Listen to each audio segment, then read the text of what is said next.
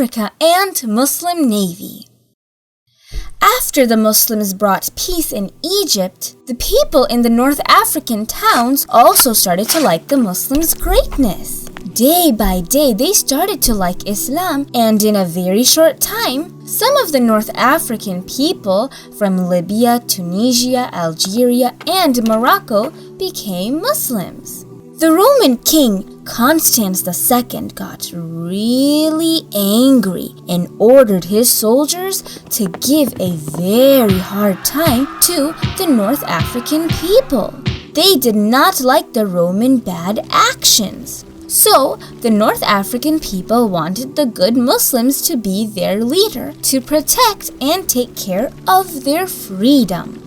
To stop this injustice and the constant cry for help, in the year of 647, Caliph Uthman Radintala gave permission to his foster brother, the governor of Egypt, Abdullah bin Saad, to help the North African people. The Muslims had only 10,000 soldiers. Just like always, the Muslims first tried to make peace agreements with the Roman leaders of North Africa, but they did not want peace. At that time, most of the North African big towns were close to the Mediterranean Sea, and the Roman capital was in Istanbul, Turkey. So to control the North African towns, the Roman had a very strong navy with big warships. In every town, they started to fight against the Muslims, and then they would escape using their warships and come back with more soldiers. At that time, the Muslims did not have any warships, so these wars were becoming extremely hard for the Muslims.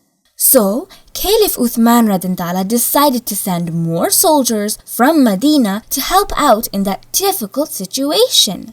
Many of the famous Muslims were also in that army, like Amr bin al-As, Jafar Radintala's son, Abbas Radintala's son, Zubair Radintala's son, Umair Radintala's son, and Ali Radintala's son, Hussein, peace be upon them all. All of those brave Muslim soldiers were constantly battling for almost a year against the Roman army and finally brought peace in Libya, Tunisia, Algeria, and Morocco.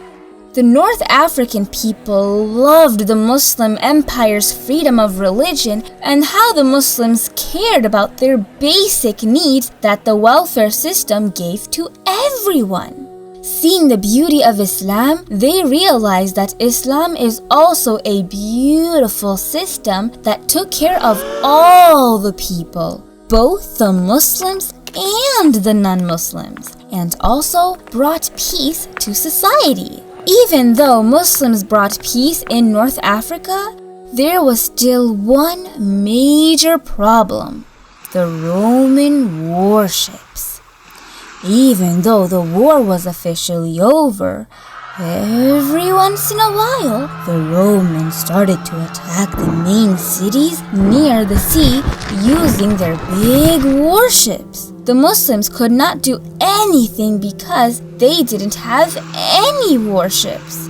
One time, the Roman king, Constans II, decided to send 600 navy warships with thousands and thousands of soldiers to crush the Muslims.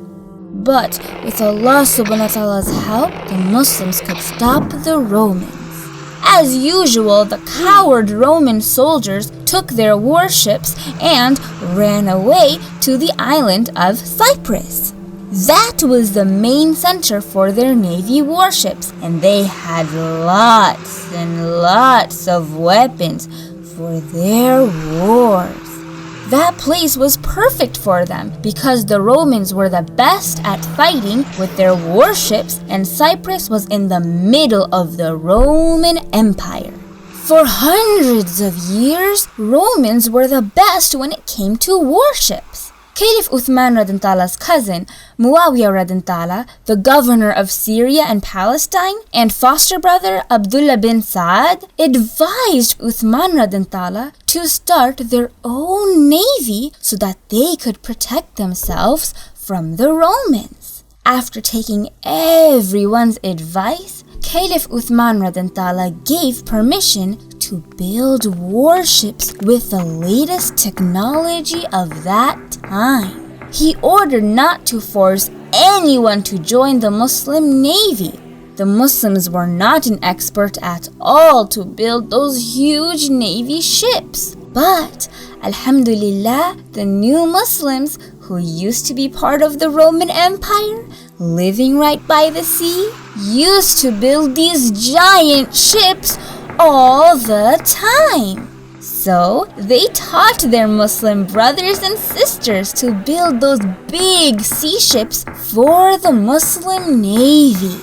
Within a few months, after lots and lots of hard work, the Muslims built a couple hundred of navy ships with the help of Allah. Finally, after lots and lots of training, the Muslim navy was strong enough with Allah subhanahu wa ta'ala's help. It's important to remember that Muawiyah radin Tala, the person who was Caliph Uthman radin Tala's cousin and Abu Sufyan's son, was the world's first Muslim navy commander-in-chief because of his extremely talented navy skills.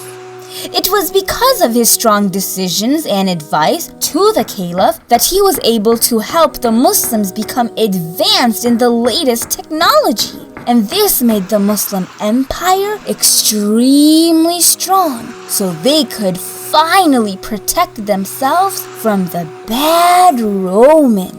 One of the other powerful navy general was Uthman radin Tala's foster brother Abdullah bin Saad, who was also the governor of Egypt. Back in Cyprus, the Romans were planning to attack the Muslims again, just like they have been doing for many years. But they didn't know that the Muslims had already created the Muslim Navy. Many men and some of the women joined the first official Muslim navy and made it a strong force. Muawiyah radin Tala also took his wife to encourage the women to join the Muslim navy. While the bad Romans came to attack, the Muslim navy was finally able to stop the enemy. As usual, the Roman navy ran away to Cyprus. But the Muslims followed them and they both had a very big navy battle. Finally, the Muslim navy won the battle and controlled the island of Cyprus. The Romans escaped their second navy base, which was Rhode Island. The navy commander-in-chief, Muawiyah radin Tala, took his navy to the second Roman navy base, Rhode Island, and after a very big fight, with Allah subhanahu wa ta'ala's blessings, the Romans also left that island in the year of 649. Finally, with the help of Allah subhanahu wa ta'ala and the new North African Muslims' talents, the Muslims could finally live in peace without having the Romans always attacking them from the sea. Alhamdulillah, under the great Caliph Uthman radin Tala's rule, the Muslim empire got bigger and bigger with the help of Allah subhanahu wa ta'ala.